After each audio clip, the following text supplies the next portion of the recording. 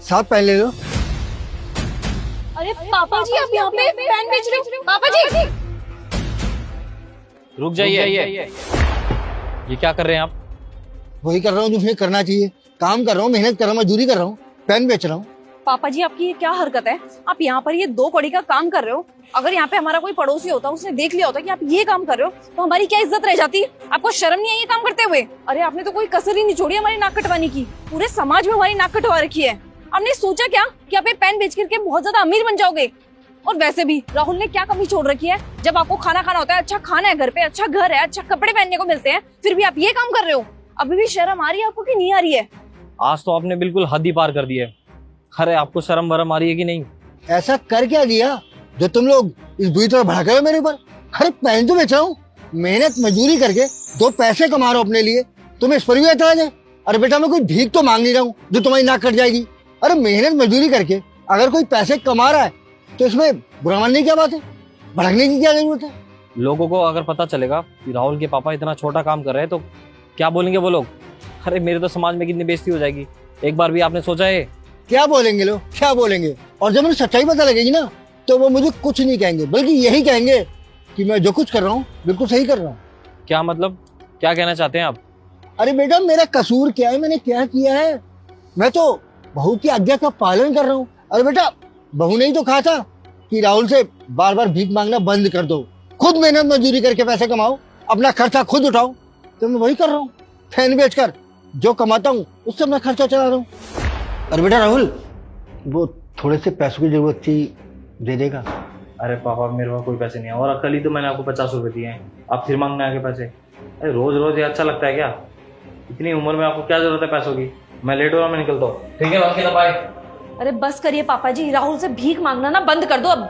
कभी 50 रुपए, कभी 100 रुपए, कभी 500 रुपए।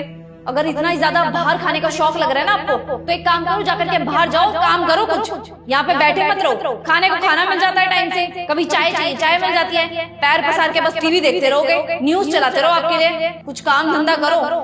समझ में आया? यहाँ पे बैठ करके बस रोटियां मत तोड़ो। और खाना बन गया है, खाना हो तो खा लेना, मेरे को टीवी देखना है। अब बेटा जो कुछ मैं कर रहा हूँ मजबूरी में कर रहा हूँ, और मेरे पास बहुत सारे पैसे तो थे नहीं कि कोई मैं अच्छा बिजनेस कर सकता था।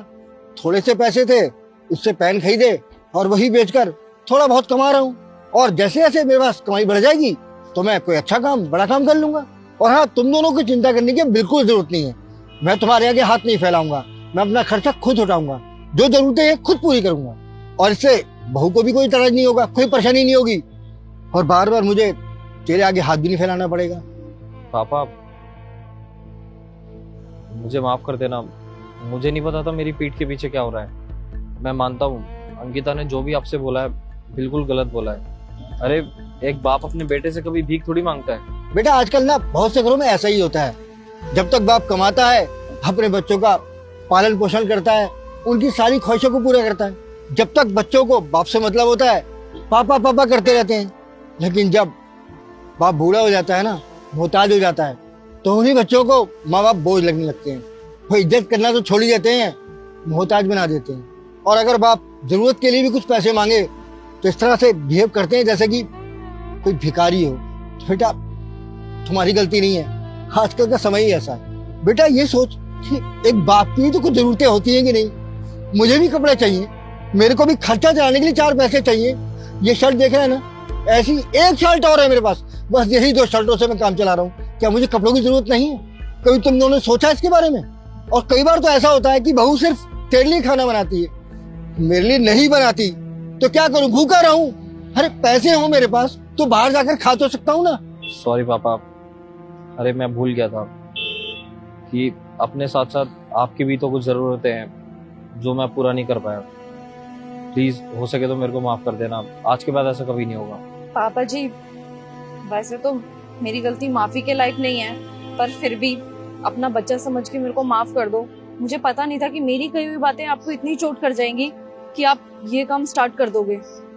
पापा जी मैं आपके सामने हाथ जोड़ती हूँ, प्लीज मेरे को मेरी गलती के लिए माफ कर दो। और मैं तो भूल ही गई थी कि मैं आपके घर की बहू हूँ। जितना ख्याल मुझे मेरे पापा का रहता है उतना ख्याल मेरे को आपका भी करना चाहिए। वो पापा जी भाग दौड़ में मैंने ना जाने आपको कितना कुछ सुना दिया, और वो बातें मैंने आपको इसलिए कही थी ताकि हमारी कुछ बचत हो जाए। मेरा इरादा आपको ठेस पहुंचाने का नहीं था। बहू तुम खुद ही सोचो, यहाँ पर तुम दोनों फिल्म देखने के लिए आए हो, उस पर पैसे नहीं लगते क्या? उस पर पैसे नहीं खर्च होते? और अगर मुझे 10 रुपए भी मांगने पड़ जाए तो तुम्हें ऐसा लगता है जैसे मैं लाखों रुपए मांग ली हूँ। तुम खुद सोचो क्या सही है? पापा जी प्लीज हमें माफ कर दीजिए। आज के बाद मैं प्रॉमिस करती हूँ आपसे ऐसा कुछ भी नहीं होगा। आप प्लीज चलिए ना हमारे साथ घर पर।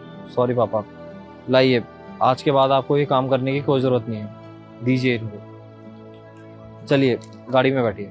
ठीक है बेटा चलो।